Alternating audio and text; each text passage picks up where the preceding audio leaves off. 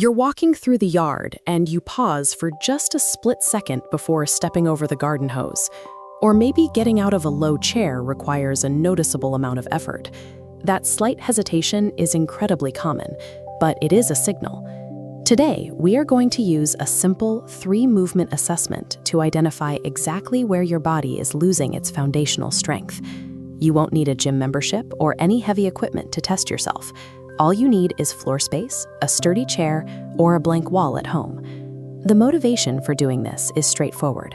Research consistently demonstrates that maintaining strong leg and core muscles drastically lowers your risk of life-altering falls as you get older. These 3 exercises act as a definitive diagnostic tool. They will measure your current physical limits and give you the exact blueprint for preserving your independence for decades to come. Step 1 is the classic bodyweight squat. We aren't talking about loading up a heavy barbell. This is simply a fundamental human motion of lowering your hips and standing back up. Over the age of 60, this movement often becomes exhausting. Years of gradual muscle loss, stiffening hip joints, and declining knee strength quickly turn a basic action into a massive chore. Look at this animated diagram of the starting stance.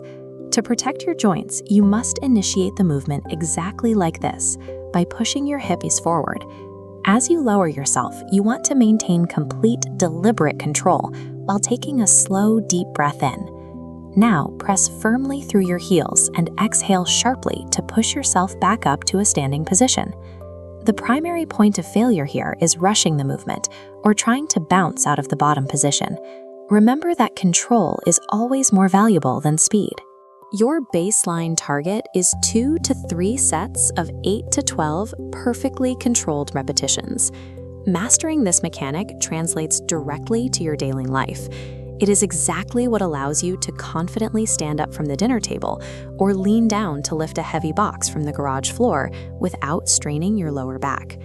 Lower body strength is only half the equation. We naturally lose a significant amount of upper body strength over the years, which brings us to the second essential movement, the push-up. A proper push-up is highly efficient because it engages your shoulders and your triceps and the deep core muscles you rely on to push yourself off the floor or carry awkwardly shaped heavy bags of groceries. If getting down on the floor hurts your wrists or feels too difficult right now, you can see in this illustration how to use an incline instead. Placing your hands slightly wider than your shoulders against a sturdy wall or kitchen countertop is an equally valid alternative. Now, look at the rigid line overlaid on this graphic. The single most critical rule for any variation of a push-up is maintaining a perfectly straight structural line directly from your ear all the way down to your ankle. Keep that structural line solid as you lower your chest toward the surface under total control, breathing in as you go down. Once you reach the bottom, push powerfully back to your starting stance and let out a sharp exhale. For this movement, you should aim for 2 to 3 sets of 8 to 15 controlled repetitions. Training your body to maintain this rigid line builds the exact upper body bracing strength required to safely catch yourself and prevent a serious injury if you happen to trip. The final movement is the reverse lunge, and it is arguably the most neglected exercise among older men. It is highly effective because it simultaneously challenges your sheer leg strength, your single leg balance, and your overall physical coordination all at the exact same time. To execute this properly, start by standing tall. Step one leg backward and slowly lower both of your knees. This diagram illustrates the target range of motion. Notice the geometric overlays. The goal is to create 2 right angles, one at your front knee and one at your back knee. If you have balance or mobility limitations, look at this illustration. Resting a hand securely on a dining chair for support is perfectly fine, and your back knee does not have to touch the floor if you aren't ready for it. To return to the starting position, push hard through your front heel. Bring that back leg forward and exhale as you stand up. You want to try and complete 2 to 3 sets of 6 to 10 repetitions on each leg. Training this specific type of single leg stability directly translates to the mechanics you use to climb steep stairs or recover your footing if you get unexpectedly bumped into.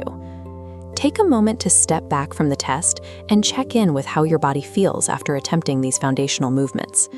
Ask yourself honestly, could you perform all 3 of these exercises right now with good form and complete control? If you struggled with them, or even if you couldn't do them at all, please do not be discouraged.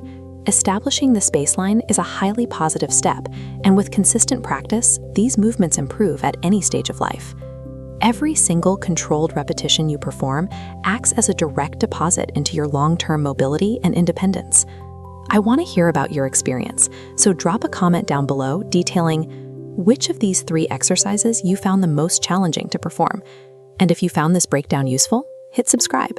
We cover no-nonsense, research-backed health science here every week, because aging strongly is a deliberate daily choice.